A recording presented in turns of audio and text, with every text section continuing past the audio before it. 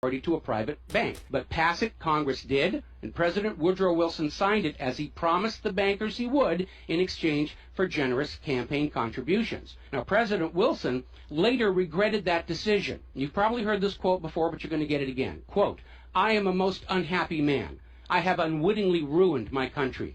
A great industrial nation is now controlled by its system of credit. We are no longer a government by free opinion, no longer a government by conviction and the vote of the majority, but a government by the opinion and duress of a small group of dominant men." That was Woodrow Wilson writing in 1919. Now, 1 year after the passage of the Federal Reserve Act, World War I started, and it is important to remember that prior to the creation of the Federal Reserve, there was no such thing as a world war. Now, World War I actually started between Austria, Hungary, and Serbia, but quickly shifted to focus on Germany. Why Germany? They didn't start the war. Why was Germany the villain in World War I?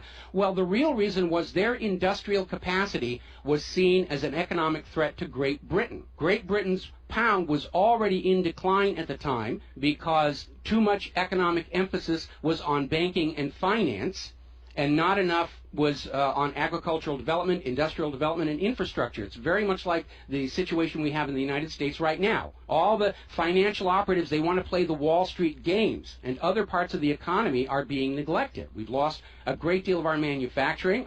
We're not the agricultural exporter we used to be because everybody's over there at Wall Street playing in that giant open-air casino. Now, pre-war Germany did have a private central bank, but it was under strict control by the German government to keep inflation at reasonable levels and to make sure that all of the German economy was being properly funded, just like Putin did with their central bank about a month ago. Under government control by the German government, investment was guaranteed to internal economic development, and as a result, Germany had become a major manufacturing technological power. They were exporting products that Great Britain could not compete with. So in the media of the day, Germany was portrayed as the main opponent of World War I. And not just defeated, it was flattened. Now, following the Treaty of Versailles, Germany was ordered to pay the war costs of all the participating nations, even though Germany had not started that war. This amounted to 3 times the value of all of Germany itself. Germany's private central bank, to which the German government had gone deeply into debt to pay the cost of the wars, was allowed to break free of government control. That led to the massive inflation of the Weimar Republic, followed, permanently trapping the German people in endless debt. And money speculators were running rampant, and it led to these situations where you had literally a whole basket full of paper notes to get a loaf of bread. Now, when the Weimar Republic collapsed economically, it opened the door for the National Socialists to take power.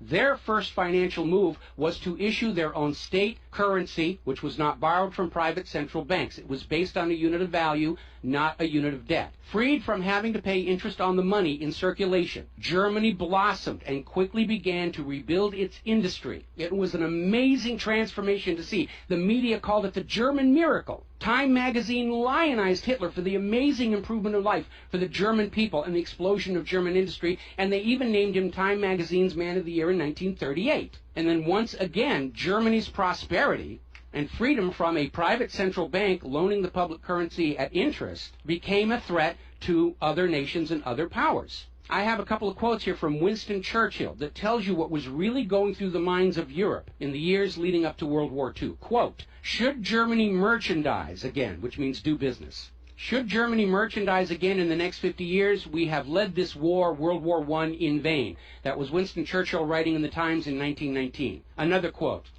"We will force this war upon Hitler if he wants it or not," end quote. Winston Churchill in a 1936 radio broadcast. Quote, "Germany becomes too powerful. We have to crush it," end quote. Winston Churchill in November 1936 speaking to U.S. General Robert Wood. Quote, "This war is an English war, and its goal is the destruction of Germany." Winston Churchill, autumn 1939 broadcast. So it was all about economics and profitability. Now, Germany's state-issued value-based currency was also a direct threat to the wealth and power of the private central banks around the world. And as early as 1933, they started to organize a global boycott against Germany to strangle this upstart ruler who thought he could run his nation without a private central bank.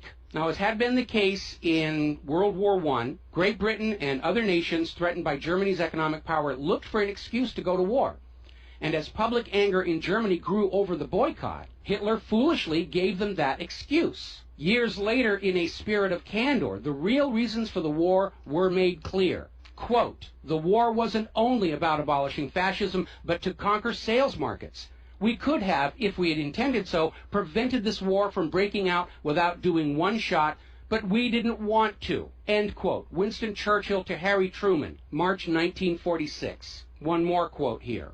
Quote, "Germany's unforgivable crime before World War II was its attempt to loosen its economy out of the world trade system and to build up an independent exchange system from which the world finance couldn't profit anymore. We butchered the wrong pig." End quote. Winston Churchill writing in his book, The Second World War.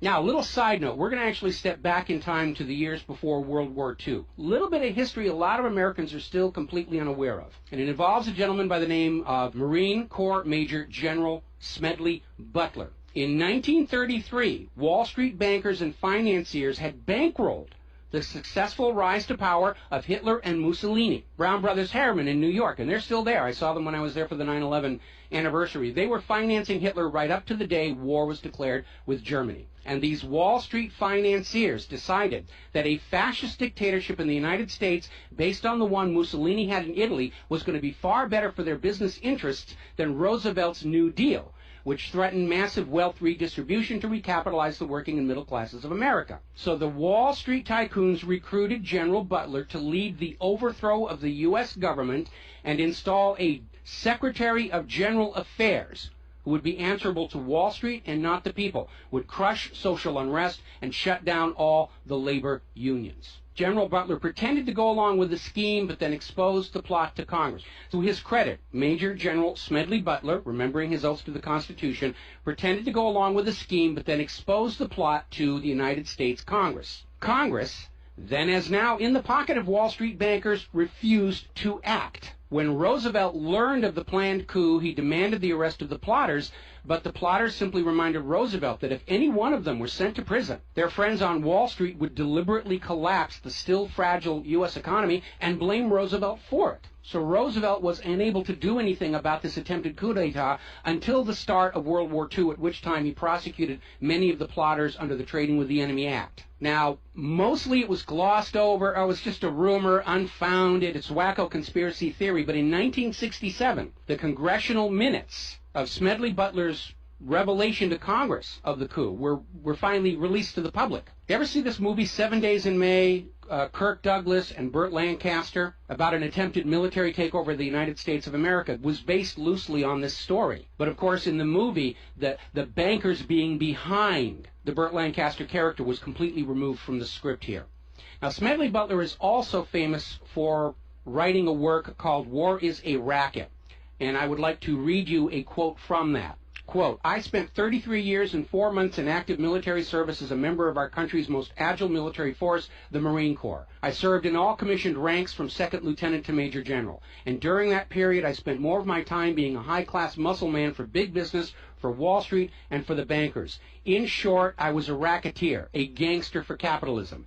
I suspected I was just part of a racket at the time. Now I'm sure of it. Like all members of the military profession, I never had an original thought until after I left the service. My mental faculties remained in suspended animation while I obeyed the orders of the higher-ups.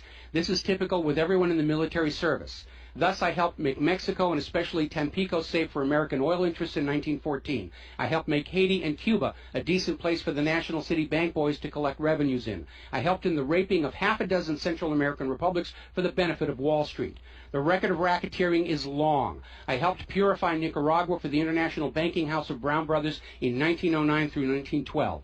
I brought light to the Dominican Republic for American sugar interests in 1916. In China in 1927, I helped see to it that the Standard Oil went its way unmolested. During those years, I had, as the boys in the back room would say, a swell racket. I was rewarded with honors, medals, and promotion. Looking back on it, I feel I might have given Al Capone a few hints. The best he could do was operate his racket in 3 city districts. I operated on 3 continents. General Smedley Butler, former U.S. Marine Corps Commandant, and he wrote that in 1935. So, now moving forward here. As president, John Fitzgerald Kennedy understood the predatory nature of private central banking. He understood why Andrew Jackson fought so hard to end the second Bank of the United States.